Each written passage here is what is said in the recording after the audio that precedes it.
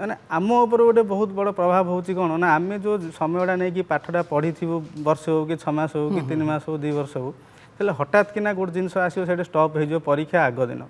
ତ କ'ଣ ହେଉଛି ନା ଯେଉଁ ଗୋଟେ ପରୀକ୍ଷାର୍ଥୀର ବି ଗୋଟେ ଆଶାୟୀର ମନୋବଳ ପୁରାପୁରି ଭାଙ୍ଗି ଯାଉଛି କାହିଁକିନା ଏତେ ଦିନ ସେ ଗୋଟେ ଆଶା ରଖିଥିବ ଯେ ମୁଁ ଏଇଟା ଗୋଟେ ଏମିତି କରିବି ସେମିତି କରିବି ତାର ଗୋଟେ ଥିବ ଷ୍ଟେଜ୍ ତ ସେ ଅନୁସାରେ ସିଏ ପୁରା ମାନେ ହତାଶ ହେଇଯାଉଛନ୍ତି ଯେ ଏବେ ଯେଉଁ ଆମେ ଯେଉଁ ସିଷ୍ଟମ୍ରେ ଅଛେ କାହିଁକିନା ବହୁତ ଦିନ ହେଲା ଆମର ଏବେ ଗୋଟେ ସରକାର ଚାଲିଥିଲା ପଛରୁ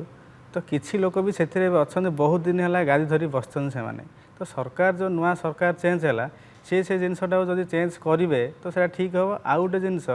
ଯେଉଁ ଯାହା ବି ଏବେ ଯେଉଁ OTET କଥା କହିଲେ ସେ OTET କଣ୍ଟିନ୍ୟୁ ଆମେ ଶୁଣିକି ଯାଉଛୁ OTET ସବୁବେଳେ କୋଶ୍ଚିନ୍ ଲିକ୍ କେବେ କାର୍ଯ୍ୟାନୁଷ୍ଠାନ ହେଉଥିଲା କେବେ ହେଉନଥିଲା କିନ୍ତୁ ଏବେ ହେଇଛି 6-7 ଜଣଙ୍କୁ ଆରେଷ୍ଟ କରାହେଇଛି ବୋଲି ଏବେ ଆପଣ ମୋତେ କହିଲେ ଚାଲିଛି ଜିନିଷଟା 7 ଜଣଙ୍କୁ ଆରେଷ୍ଟ କରାହେଇଛି ହେଲେ ସମସ୍ତଙ୍କୁ ସେଥିରେ ଡିଟେନ୍ କରି ଭଲସେ ଯଦି ଯେଉଁ କ୍ରାଇମ୍ ବ୍ରାଞ୍ଚକୁ ଦିଆହେଇଛି ଜିନିଷଟା ସେ ଯଦି ଠିକ୍ ସେ ଇନଭେଷ୍ଟିଗେସନ୍ କରିବ ଠିକ୍ ସେ ଆମେ ଜାଣିପାରିବା ଯେ କଥାଟା କ'ଣ ହେଇଛି କାହିଁକିନା ସେମାନେ ବି ତ ଡିଟେନ୍ କରିଛନ୍ତି 6-7 ଜଣଙ୍କୁ ତାପରେ ଆଗକୁ ଯେତେବେଳେ ବଢ଼ିବ ଜିନିଷ ସେଇଟା ଆମେ ଜାଣିବା କ'ଣ ହେଇଛି କିନ୍ତୁ ସେ ଯେଉଁ ଜିନିଷ ଗୁଡ଼ା ହେଉଛି ମାନେ ଆମ ଉପରେ ଗୋଟେ ବହୁତ ବଡ଼ ପ୍ରଭାବ ହେଉଛି କ'ଣ ନା ଆମେ ଯେଉଁ ସମୟଟା ନେଇକି ପାଠଟା ପଢ଼ିଥିବୁ ବର୍ଷ ହେଉ କି 6 ମାସ ହେଉ କି 3 ମାସ ହେଉ 2 ବର୍ଷ ହେଉ ହେଲେ ହଠାତ୍ କିନା ଗୋଟେ ଜିନିଷ ଆସିବ ସେଇଟା ଷ୍ଟପ୍ ହେଇଯିବ ପରୀକ୍ଷା ଆଗ ଦିନ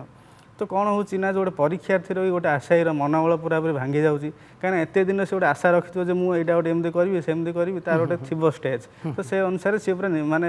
ହତାଶ ହେଇଯାଉଛନ୍ତି ତ ତେଣୁକରି ଏଇ OTET ପରୀକ୍ଷା ହେଲେ ଦେଖନ୍ତୁ ଆମର SI ପରୀକ୍ଷାରେ ବି ସେମିତି ହେଲା ମାନେ ପୋଲିସ SI ପରୀକ୍ଷାରେ ଯେଉଁଟାକି ଗୋଟେ ଦିନ ଆଗରୁ କେସ୍ ହେଇକି ସେ ବି ବନ୍ଦ ହେଇଗଲା ଆଜି ପର୍ଯ୍ୟନ୍ତ ହେଇନି ସେମାନଙ୍କ ବୟସ ବଢ଼ିଛି ଆଉ ଥରେ ଦେବେ ତାପରେ ବି ଆଉ ଗୋଟେ ଜିନିଷ